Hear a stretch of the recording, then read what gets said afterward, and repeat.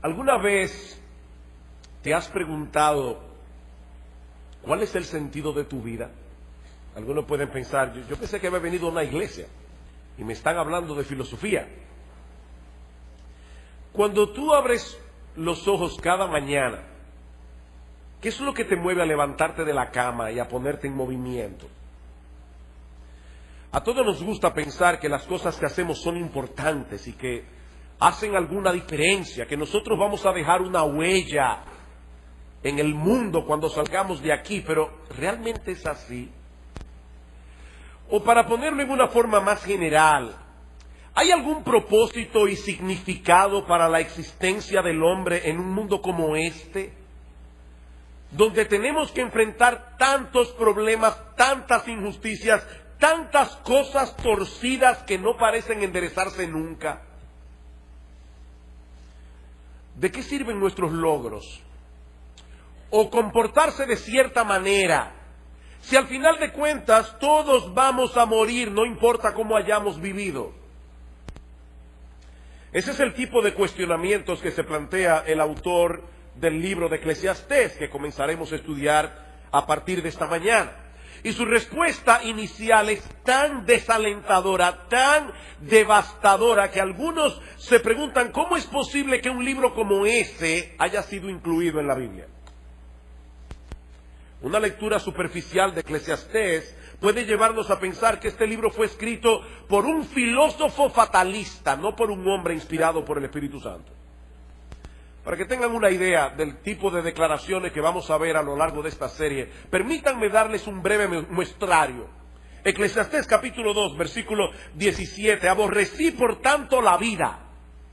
Eso dice un hombre inspirado por el Espíritu de Dios. Aborrecí por tanto la vida, porque la obra que se hace debajo del sol me era fastidiosa, por cuanto todo es vanidad y aflicción de espíritu. Asimismo aborrecí todo mi trabajo que había hecho debajo del sol, el cual tendré que dejar a otro que vendrá después de mí.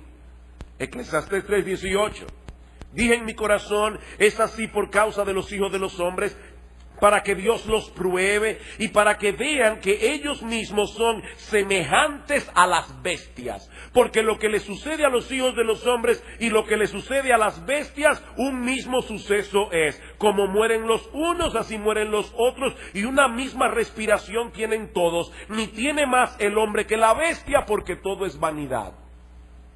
Eclesiastés capítulo 7, versículo 15. Todo esto he visto en los días de mi vanidad. Justo hay que perece por su justicia. Un justo que perece por su justicia. Y hay impío que por su maldad alarga su vida. No seas demasiado justo. Oigan lo que dice la Biblia. No seas demasiado justo. Ni seas sabio con exceso. ¿Por qué habrías de destruirte? No hagas mucho mal, ni seas insensato. ¿Por qué habrás de morir antes de tu tiempo? Y yo no voy a hacer ningún comentario, simplemente estoy leyendo algunos versículos. Capítulo 8, versículo 14.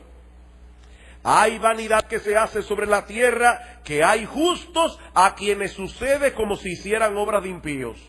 Y hay impíos a quienes acontece como si hicieran obras de justo. Digo que esto también es vanidad. Por tanto, alabé yo la alegría que no tiene el hombre bien debajo del sol, sino que coma y bebe y se alegre, y que esto le quede de su trabajo los días de su vida, que Dios le concede debajo del sol. ¿Y qué le parece esta? Se lo voy a leer de la Biblia de las Américas. Eclesiastés 10:19. Para el placer se prepara la comida, el vino alegra la vida y el dinero es la respuesta para todo. Alguna persona dice medio en broma, el dinero no te lleva a la felicidad, pero te deja como a una cuadra. Y uno se ríe de ese tipo de declaraciones, pero encontrarla en la palabra de Dios, mis hermanos, eso es otra cosa.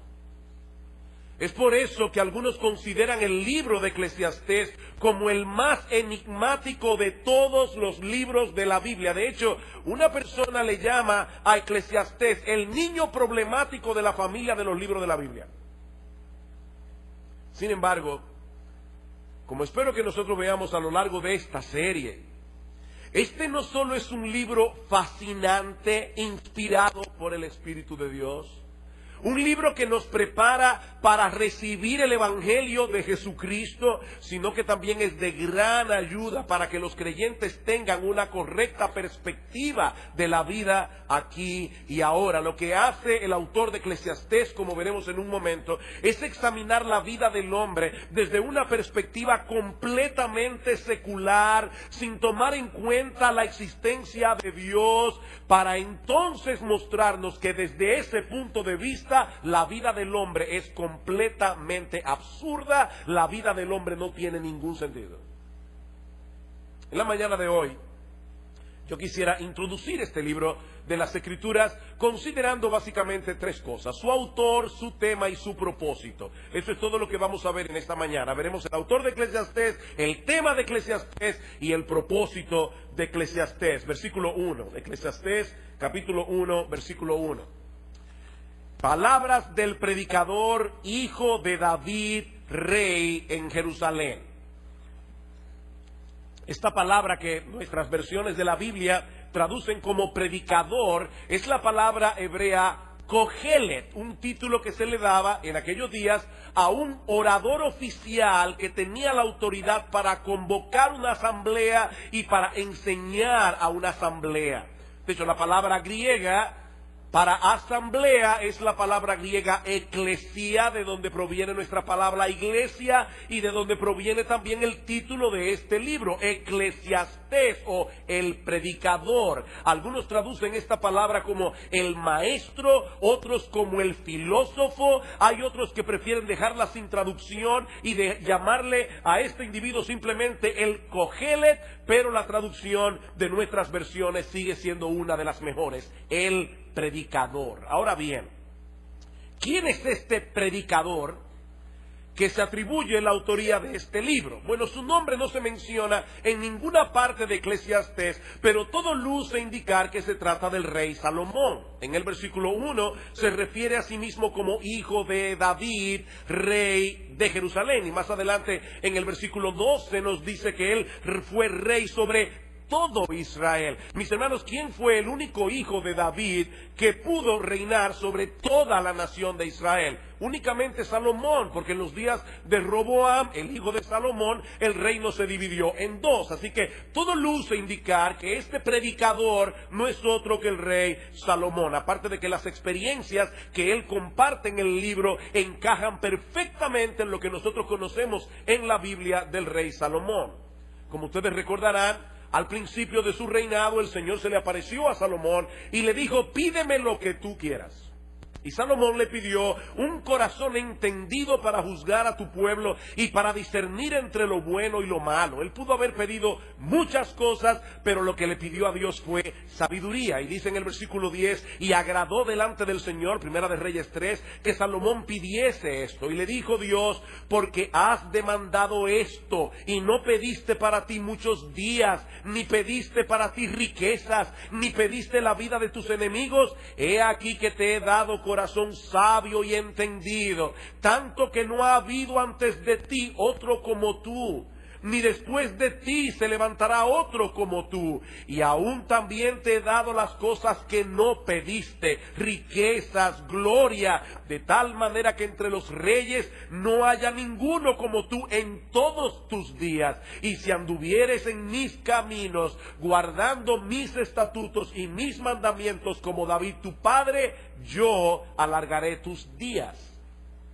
Lamentablemente, Salomón no permaneció siendo fiel a Dios. Dice en el primer libro de Reyes, en el capítulo 11, que sus muchas mujeres desviaron su corazón hacia la idolatría. Salomón llegó a tener 300 esposas y 700 concubinas, un harén de 1000 mujeres. Por supuesto, la idolatría tiene consecuencias. Y la vida de Salomón se volvió un total desastre. Y aunque nosotros no tenemos constancia de que Salomón se haya arrepentido y haya vuelto a los caminos del Señor, el libro de Eclesiastés parece ser su testimonio de arrepentimiento. Al final de su vida, Salomón quiso compartir las lecciones que aprendió de mala manera durante su tiempo de apostasía. ¿Y cuál es el tema de este libro? Versículos 2 y 3.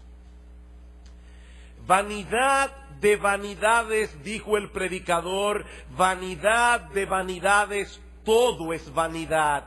¿Qué provecho tiene el hombre de todo su trabajo con que se afana debajo del sol? Y hermanos, esta es una frase clave que se repite 29 veces en todo el libro.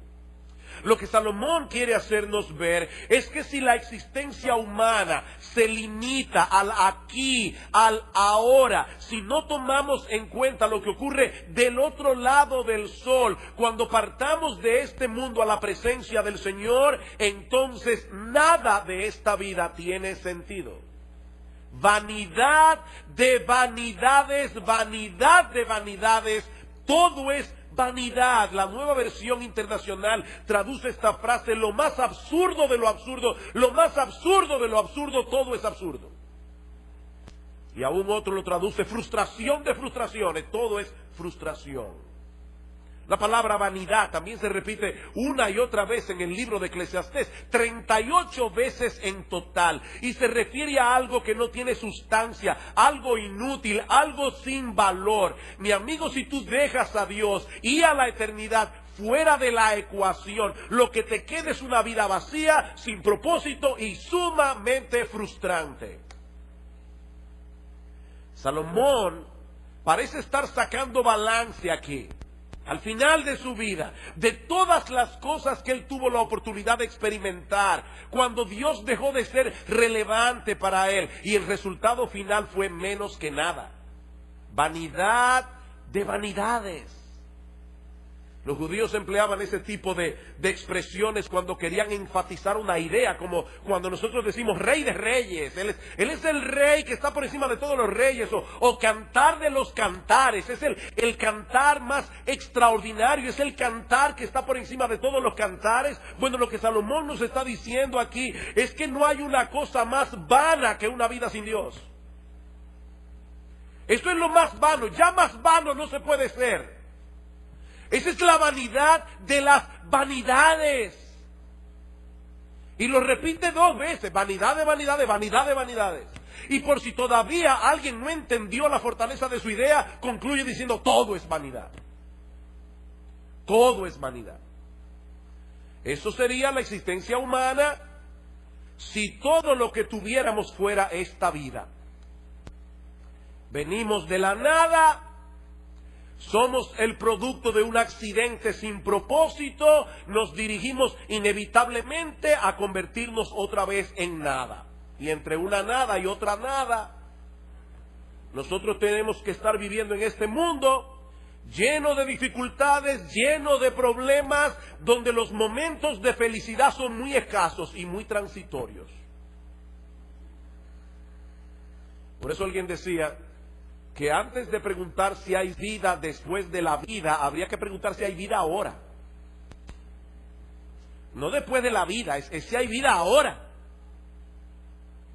Un día viene, otro día va, muy similar al anterior, y después de muchos días, la muerte. La pregunta es: ¿para qué afanarse tanto? Si al final de cuentas todos terminamos con las manos vacías. Versículo 3: ¿qué provecho tiene el hombre de todo su trabajo con que se afana debajo del sol? ¿Cuál es tu ganancia? Bueno, mire, yo me conformo con dejar un legado a las generaciones futuras. Genial. Pero ¿de qué te sirve eso a ti? Decía el cineasta Woody Allen: yo no quiero alcanzar la inmortalidad a través de mi obra. Yo quiero alcanzarla no muriéndome. El problema es que no tenemos esa alternativa. No tenemos esa alternativa. Todos tenemos una cita ineludible con la muerte. Y lo que Salomón nos está diciendo aquí es que si contemplamos la vida sin tomar en cuenta lo que trasciende la temporalidad de este mundo, todo se vuelve fatigoso, todo se vuelve frustrante. Eso es lo que él pasa a probar a partir de los versículos 4 al 11, usando algunos ejemplos de la creación y de la experiencia humana. Versículo 4, generación va y generación viene, mas la tierra siempre permanece. Una generación se va levantando, la otra va envejeciendo. Y a veces tenemos la sensación de que algo está pasando, algo está cambiando entre una generación y la otra. Pero esa generación que está surgiendo ahora, mañana estará en el mismo lugar donde nosotros estamos hoy. Cuando yo contaba la historia de la iglesia nuestra, de esta iglesia, siempre decía que nosotros comenzamos un grupito de 12 jóvenes y 3 señoras mayores. Hasta que un día mi esposa me dijo: mi amor, ¿tú te has puesto a pensar que las famosas 3 señoras mayores tienen menos edad que la que tú tienes ahora? Tenían en aquel momento, cuando comenzó la iglesia, menos edad que la que yo tengo ahora. Yo seguía llamándole a una persona mayor, de 40 y pico de años. Claro, yo tenía 22. Y los que se levantarán después de nosotros repetirán el mismo ciclo otra vez. No porque la historia humana sea cíclica, como dicen algunos, sino porque en el fondo el hombre sigue siendo el mismo. Ahora tenemos computadoras, tenemos internet, tenemos muchísimas cosas, pero el hombre sigue siendo el mismo. Escuchen este comentario. Los muchachos de ahora aman el lujo, se comportan de una forma inapropiada, desacatan la autoridad y no muestran respeto hacia los que son mayores que ellos. ¿Verdad que parece una declaración muy actual? Eso lo dijo Sócrates en el siglo V antes de Cristo. ¿Y qué le parece esta de Pedro el Ermitaño? Pedro el Ermitaño nació en el 1050, murió en el 1115. Los jóvenes de hoy solo piensan en sí mismos, no tienen ninguna reverencia hacia sus padres, o los ancianos se impacientan ante toda la restricción y hablan como si lo supieran todo.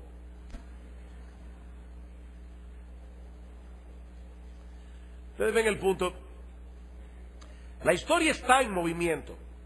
Pero nada cambia en realidad. Nada cambia. Es lo mismo que nosotros vemos en los procesos de la naturaleza. A pesar de la diversidad y los cambios que nosotros vemos a nuestro alrededor, la naturaleza es sorprendentemente uniforme en su funcionamiento. De hecho, eso es lo que permite que hagamos ciencia. Los científicos pueden evaluar los procesos de la naturaleza porque todo se repite una y otra vez. Versículo 5. Sale el sol, se pone el sol, se apresura a volver al lugar de donde se levanta, el viento tira hacia el sur y rodea el norte, va girando de continuo y a sus giros vuelve el viento de nuevo. Los ríos todos van al mar y el mar no se llena. Al lugar de donde los ríos vinieron, allí vuelven para correr de nuevo. El sol salió esta mañana, se va a poner esta tarde, así será mañana y pasado mañana y dentro de 10 meses y dentro de 100 años. La misma rutina. Y lo mismo ocurre con el viento. El viento se mueve constantemente en una serie de circuitos que nosotros no podemos entender del todo y que tampoco cambiará con el paso de los siglos. El mismo circuito. Todos los ríos desembocan en el mar, pero el mar nunca se llena. Y al lugar de donde los ríos vinieron, allí vuelven para correr de nuevo. La misma cosa una y otra vez. Y esa monotonía de la naturaleza no es otra cosa que un reflejo de la monotonía de la vida humana. En ciencia política hay un principio que se conoce como el gatopardismo. Por una novela que se llamó El gato pardo, donde apareció esta frase memorable: si queremos que todo siga como está, necesitamos que todo cambie. ¿Cómo así? Bueno, lo que este principio establece es que los políticos tienen que iniciar constantemente algo que se parezca una transformación revolucionaria, pero dejando en realidad las mismas estructuras de poder, de manera que todo cambia, pero nada cambia. ¿No es así? Eso es el gatopardismo. Todo cambia, pero nada cambia. Eso es básicamente lo que Salomón nos está diciendo en Eclesiastés. Lo que nosotros vemos en los procesos naturales es lo mismo que ocurre en la experiencia del hombre. Versículo 8. Todas las cosas son fatigosas más de lo que el hombre puede expresar. Nunca se sacia el ojo de ver ni el oído de oír. Eso fue cierto en los días de Salomón, lo es en el día de hoy. En la historia de la civilización, el hombre nunca había tenido a su alcance tantas posibilidades de ver y oír cosas diferentes. Hace 200 años, si usted quería escuchar música tocada por una orquesta, usted tenía que ir a donde la orquesta estaba. Ese era un lujo que muy pocas personas podían darse. Hoy día, cualquier muchacho tiene a su alcance un montón de dispositivos, de programas, de aplicaciones que le permiten ver y escuchar lo que quiera y cuando lo quiera. iPod, iPhone, iPad, iTunes, MP3, YouTube, SoundCloud, Netflix, Crackle y yo no sé cuánta cosa más. ¿Y saben qué? No importa cuántas cosas veas, no importa cuántas cosas escuches, nunca te sentirás satisfecho. Nunca te sentirás plenamente satisfecho. Yo recuerdo cuando era niño, a mi padre le encantaba hacernos cuentos árabes. Y yo recuerdo uno en particular donde había un rey que le ofreció la mitad de su reino a cualquier persona que pudiera llevarle algo que fuera más pesado que lo que él tenía en su mano. Y las personas comenzaron a traer cosas pesadas, lingotes de oro cada vez más pesadas, y siempre lo que el rey tenía en la mano pesaba más. Y la gente decía, ¿cómo es posible que este hombre pueda tener algo en su mano envuelto en un pañuelo que pese más que todo lo que nosotros llevamos? Finalmente hubo un sabio que le dijo, lléveme donde el rey. Cuando pusieron el pañuelo en la balanza, este sabio cogió un poco de tierra, lo puso en la otra balanza y la tierra pesó más. Y todos quedaron sorprendidos hasta que él dio la explicación. Lo que hay envuelto en ese pañuelo es un ojo humano. Y el ojo humano no se sacia con nada. Pero al final tendrá que contentarse con un puñado de tierra. Nunca se sacia el ojo de ver. Siempre queremos ver otra cosa, escuchar otra música, tener otra experiencia. Lo que ayer me emocionaba, hoy me causa aburrimiento. ¿O no es así? Así como el mar nunca se llena, nuestros sentidos tampoco. Es por eso, hermanos, que la industria del entretenimiento es tan exitosa. Nosotros queremos algo nuevo. Algo que nos libere de ese ciclo interminable de insatisfacción y de hastío. El problema es que todo lo que el mundo ofrece debajo del sol nos deja exactamente en el mismo punto de partida. Versículo 9. ¿Qué es lo que fue? Lo mismo que será. ¿Qué es lo que ha sido hecho? Lo mismo que se hará. Y nada hay nuevo debajo del sol. ¿Hay algo de lo que se puede decir, he aquí esto es nuevo? No, ya fue en los siglos que nos han precedido. Si leemos con cuidado la historia, veremos que el hombre sigue siendo esencialmente el mismo con el paso de los siglos. Las mismas dudas, los mismos problemas, las mismas aspiraciones, los mismos anhelos, la misma lucha. Lo que parece novedoso no es más que un pasado que ya se olvidó. Decía el periodista Malcolm Muggeridge, todas las nuevas noticias son viejas noticias ocurriendo a nuevas personas. ¿Escucharon eso? Todas las nuevas noticias son las viejas noticias ocurriéndole a nuevas personas. Versículo 11. No hay memoria de lo que precedió, ni tampoco de lo que sucederá. Habrá memoria en los que serán después. En otras palabras, la gente suele de sufrir de amnesia histórica. La gente suele sufrir de amnesia histórica. Y eso nos hace creer que algunas cosas son novedosas cuando en realidad no lo son. Generaciones van, generaciones vienen, cada una repitiendo los mismos errores de la generación anterior y creyendo al mismo tiempo que están siendo originales.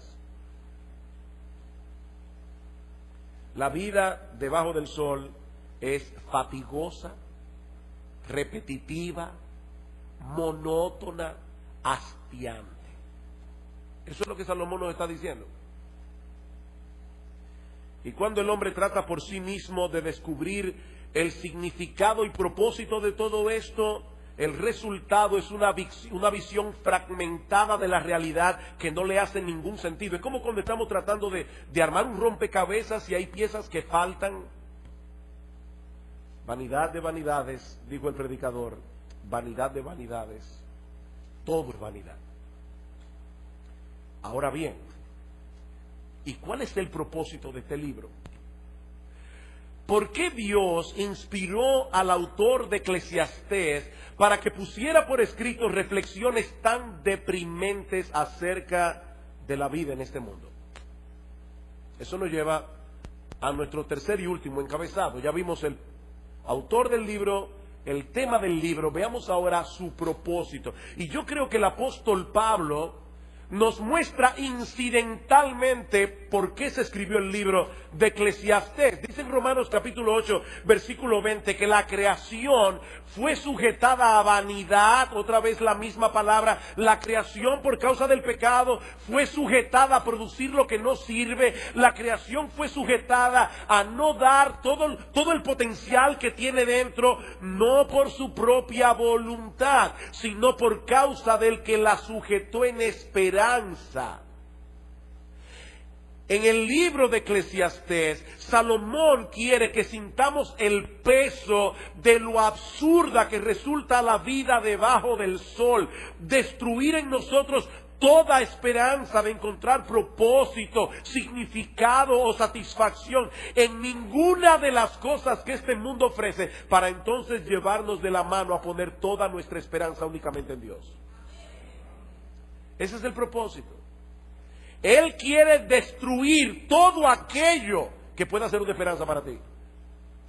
Cualquier cosa. Dice un comentarista, la función de Eclesiastés es llevarnos a ese punto en el que empezamos a temernos que esa sea la única conclusión posible, es decir, que todo es vanidad. Nos vemos así enfrentados a la cruda realidad de que nada tiene sentido, nada de lo que hay debajo del sol tiene valor. Pero ¿saben qué, mis amados hermanos? Nosotros sabemos que hay un Dios que está sentado en su trono por encima del sol, gobernando todo lo creado para su gloria y para el bien de su pueblo. Y eso hace toda la diferencia del mundo. Mis hermanos, ese Dios no solo ha prometido libertar su creación de la vanidad a la que fue sometida por causa del pecado, como dice Pablo en Romanos 8, sino que también nos permite contemplar ese mismo escenario que Salomón nos presenta en Eclesiastés, pero desde otra perspectiva completamente diferente.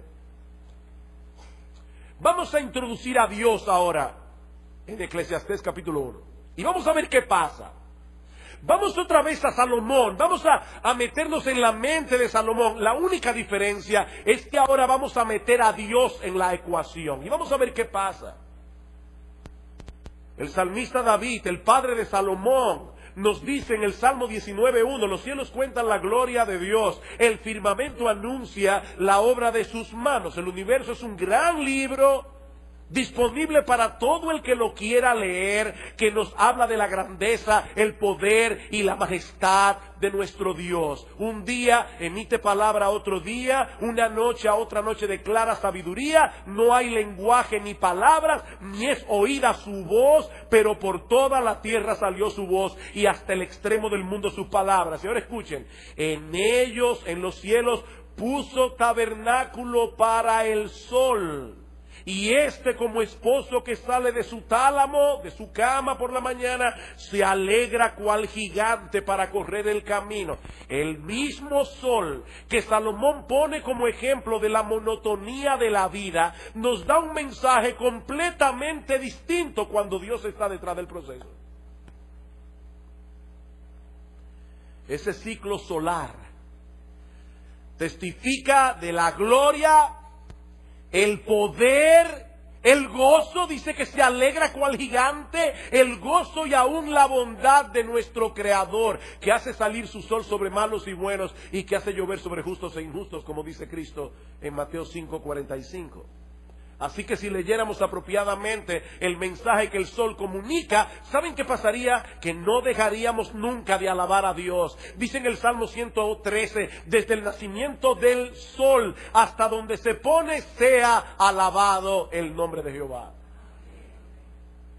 Si todos los hombres reciben igualmente el beneficio de la luz del sol, ¿no debieran todos darle la gloria y la alabanza al único que le corresponde? Ven ustedes, hermanos, el mismo sol, pero contemplado desde otra perspectiva.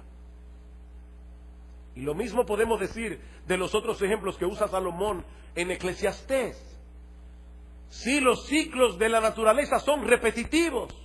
Pero la pregunta es, cuando nosotros colocamos a Dios en el panorama, ¿qué nos enseñan esos ciclos repetitivos de la naturaleza? Son un testimonio contundente de la sabiduría y la fidelidad de nuestro Dios. Dice en el Salmo 104:10, tú eres el que envía las fuentes por los arroyos. Van entre los montes, dan de beber a todas las bestias del campo. Mitigan su sed los asnos monteses. A sus orillas habitan las aves de los cielos. Cantan entre las ramas. Él riega los montes desde sus aposentos. Del fruto de sus obras se sacia la tierra. Nosotros le llamamos a esto las leyes de la naturaleza. Esa es una expresión que nosotros usamos simplemente para tratar de dar a entender cómo es que Dios opera, porque es Dios el que mantiene la naturaleza funcionando. Él es el que envía la lluvia. Si Dios no quiere, mañana no sale el sol, porque Él es Dios. Y ya lo detuvo en Gabaón, Él puede hacerlo otra vez. Pero es Dios, nuestro buen Dios, el que está cuidando la tierra. Es Dios el que está detrás de todos esos ciclos repetitivos.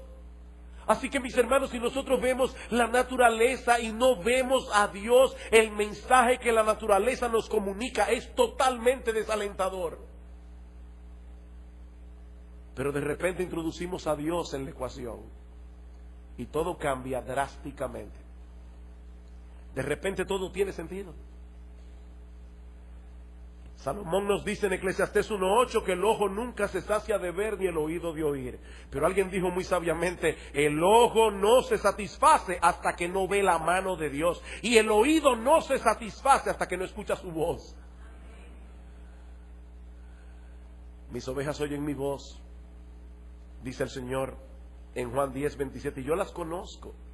Y me siguen y yo les doy vida eterna y no perecerán jamás, ni nadie las arrebatará de mi mano. Yo soy el pan de vida. El que a mí viene nunca tendrá hambre y el que en mí cree no tendrá sed jamás. ¿Ustedes se dan cuenta, hermanos, del contraste tan marcado que hay entre Eclesiastés y el Evangelio?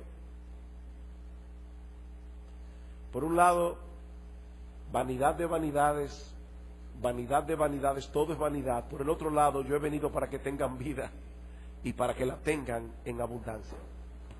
Juan capítulo 10, versículo 10. Salomón nos dice en Eclesiastés 1:9 que no hay nada nuevo debajo del sol. Y luego pregunta en el versículo 10, ¿hay algo de lo que se puede decir, he aquí esto es nuevo? La respuesta es, sí lo hay. ¿Hay algo nuevo? Sí lo hay. Sí lo hay. Siempre y cuando contemplemos a Dios en el centro de todo. Ese es el punto. Sí lo hay. Hay un nuevo pacto en la sangre del Señor Jesucristo. Dice en Lucas 22:20. Un nuevo pacto por medio del cual todos nuestros pecados son perdonados. Un nuevo pacto donde Dios nos concede de pura gracia el don de la vida eterna. Sí hay algo nuevo. Dice en Ezequiel capítulo 36 que Dios promete darnos un nuevo corazón, para que podamos reverenciarle como es debido, para que podamos obedecer sus mandamientos. Dice en 2 Corintios 5:17 que si alguno está en Cristo, nueva criatura es. Sí, Salomón, hay algo nuevo. Dios me hizo nuevo, Dios me transformó, Dios me libertó del pecado. Si alguno está en Cristo, nueva criatura es. Las cosas viejas pasaron, y aquí todas son hechas nuevas. Hay algo nuevo, sí, Salomón dice en Efesios 4:24 que Dios nos ha dado un nuevo hombre, creado según Dios en la justicia y santidad de la verdad. Y por si todo esto fuera poco, dice en Apocalipsis 21:5, y el que estaba sentado en el trono dijo: he aquí yo hago nuevas todas las cosas. Todas las cosas. Queridos hermanos, algún día todo será nuevo. Algún día todo será nuevo. Esta creación que fue sujetada a vanidad, esta creación que fue sujetada a producir lo que no sirve, será libertada de la esclavitud de la corrupción, dice Pablo en Romanos 8:21, a la libertad gloriosa de los hijos de Dios. En aquel día será eliminado por siempre todo vestigio del pecado en nosotros y en lo creado. Y ¿saben qué, mis amados hermanos? Nunca más experimentaremos la frustración y el hastío que muchas veces experimentamos en este mundo caído, aún los cristianos. O tú nunca te aburres, tú nunca te hastías, nunca te sientes frustrado.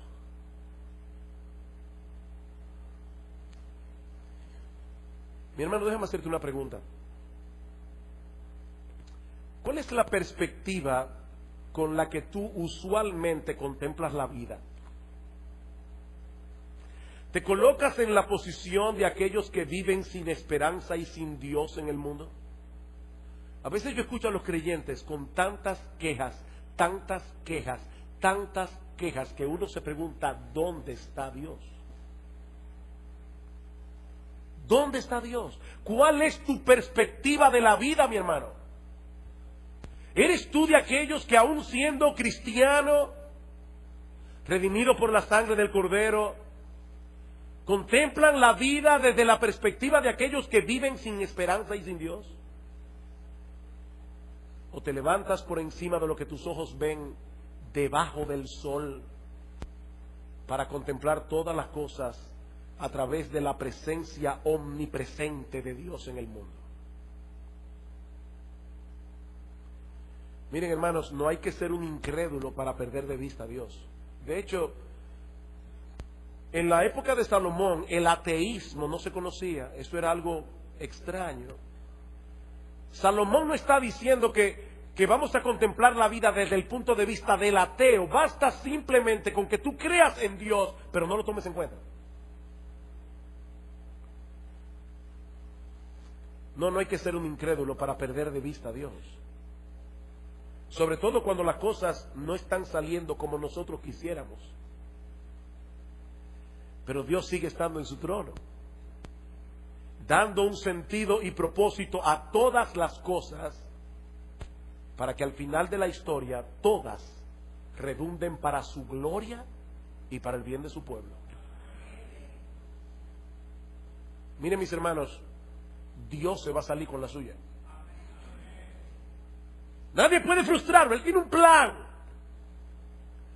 Y en ese plan, nuestro bendito, glorioso, extraordinario, inefable, incomparable, inmutable Señor y Salvador Jesucristo se llevará toda la gloria. Y nosotros estaremos ahí para gozarnos con Él. Y si tú estás aquí sin Cristo, mi amigo, no intentes encontrar el significado y propósito de la vida en este mundo dentro de los límites de las cosas que este mundo ofrece. Como dice Agustín de Hipona, Dios nos hizo para Él y nuestra alma solo encontrará descanso cuando lo encuentre en Él. No hay alternativa. En tu corazón hay un hueco del tamaño de Dios que solamente Dios puede llenar. Mi amigo, fuera de Cristo todo es absurdo, y lo que es 1000 veces peor, fuera de Cristo solo obtendrás de Dios condenación y juicio por causa de tus pecados.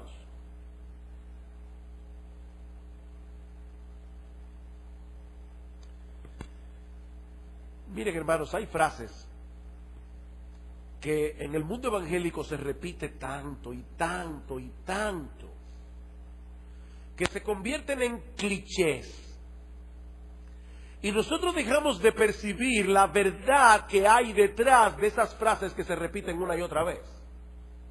¿Recuerdan ustedes cuando estábamos predicando de Colosenses y decíamos que hay una fórmula matemática en Colosenses, Cristo más nada es igual a todo? Decía una poetisa cristiana, si yo no tuviera nada excepto a Cristo, lo tendría todo como quiera. Eso no es un cliché. Eso es una gran verdad. Cristo es el todo en todos. Es Cristo, es Cristo, es Cristo. Mis hermanos, mis amigos que están aquí, el significado de la vida, el propósito de nuestra existencia, todo gira en torno a Él. Él es el centro.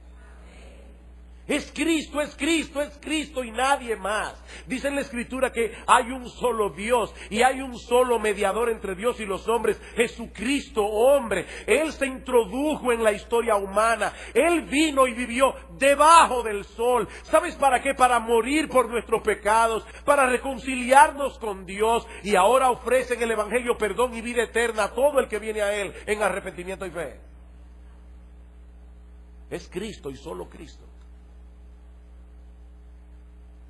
Mi amigo, no te vayas de este lugar sin arreglar tus cuentas con Dios a través de Cristo. Porque su gracia sigue estando disponible para todo aquel que cree. Él es un Dios de gracia y Él te ofrece hoy su gracia para que dejes de vivir la vida absurda que estás viviendo. Y por primera vez en tu vida, comiences a vivir realmente. Yo he venido para que tengan vida y para que la tengan en abundancia. Vamos a orar. Padre, queremos darte muchas gracias por permitirnos en esta mañana empezar el estudio de un libro como este, tan relevante para nosotros hoy. Oh Señor, enséñanos a contemplar la vida desde una perspectiva correcta. Enséñanos, oh Señor, a contemplar la vida recordando que tú estás sentado en tu trono, que tú eres Dios, que Cristo es el centro. Y Padre, mira a todos aquellos que están aquí en esta mañana, que aún no han venido a Cristo en arrepentimiento y fe, que aún no han venido clamando que tú les perdones sus pecados. Ten misericordia de ellos, Señor, y tráelos en esta mañana con cuerdas de amor a la cruz del Calvario, porque te lo suplicamos en el nombre de Jesús. Amén y amén.